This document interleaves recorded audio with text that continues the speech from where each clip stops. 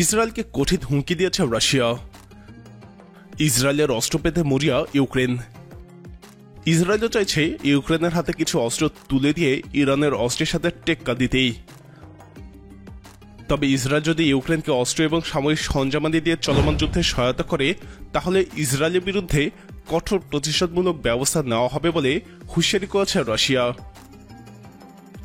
রাশিয়ার কূটনীতিকদের বরাদ দিয়ে ব্লুমবার্গের এক প্রতিবেদনে একথা বলা হয়েছে।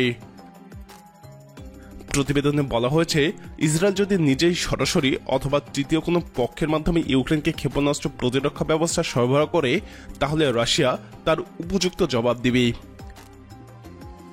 তবে ইসরায়েলের বিরুদ্ধে রাশিয়া কী ধরনের ব্যবস্থা নেবে, ওই রিপোর্টে এটা সুনির্দিষ্টভাবে বলা হয়নি। ব্লুমবার্গ টেলিভিশন নিউজ নেটওয়ার্কের প্রতিবেদনে এই তথ্য তুলে ধরা হয়। ইসরায়েল সম্প্রতি ইউক্রেনকে অস্ত্র এবং সামরিক সরঞ্জামাদি পাঠানোর চিন্তা করছে। তবে ইসরায়েলের ক্ষমতা পালাবদলের কারণে ইসরায়েল এই নীতি অব্যাহত রাখতে পারবে কিনা তা নিয়ে প্রশ্ন দেখা দিয়েছে। ইসরায়েলের সাবেক প্রধানমন্ত্রী বেঞ্জামিন নেতানিয়াহু নির্বাচনের পর নতুন সরকার গঠন করতে যাচ্ছেন।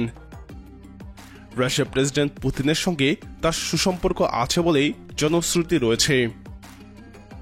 গত অক্টোবরে ইসরায়েলের অভিবাসন বিষয়ক মন্ত্রী নেকমান সাই বলেছিলেন, ইরান রাশিয়াকে অস্ত্র দিচ্ছে, সেক্ষেত্রে ইউক্রেনের জন্য এখন ইসরায়েল থেকে অস্ত্র পাওয়ার সময় হয়েছে।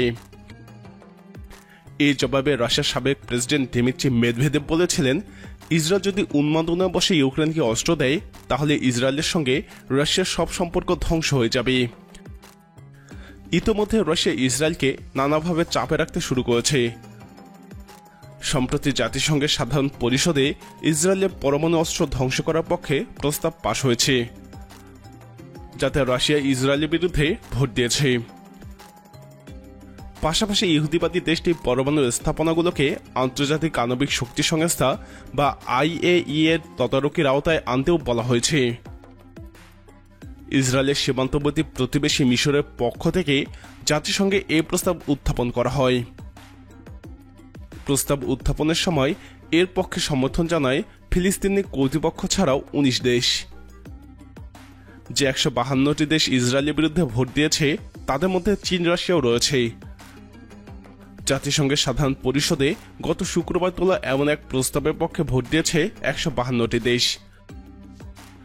অন্যদিকে প্রস্তাবের বিরুদ্ধে ভোট দিয়েছে আমেরিকা, কানাডা, ইসরায়েল, মাইক্রোনেশিয়া এবং পালাউ। এছাড়াও ইসরায়েলের মিত্র Britain, Australia, Belgium, Denmark, Germany, France, Hungary এবং ভারত সহ 24টি দেশ ভোট দেওয়া থেকে বিরত থাকে। ইসরায়েলের কাছে 80 থেকে 400টি পরমাণু ওয়ারহেড রয়েছে বলে বিভিন্ন সূত্র থেকে জানা যায়।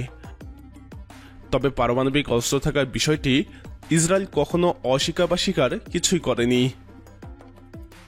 পরমাণু নিরস্ত্রীকরণ চুক্তি বা NPT-তে সই করেনিও ইসরায়েল।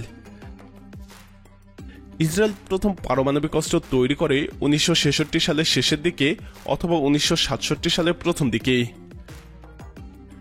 জাতিসংঘে পাশ হওয়া এই প্রস্তাব আপাতত তেমন গুরুত্বপূর্ণ নয়, তবে এটাকে ব্যবহার করে ভবিষ্যতে রাশিয়া ইসরায়েলের উপরে নানামুখী চাপ তৈরি করতে পারবে।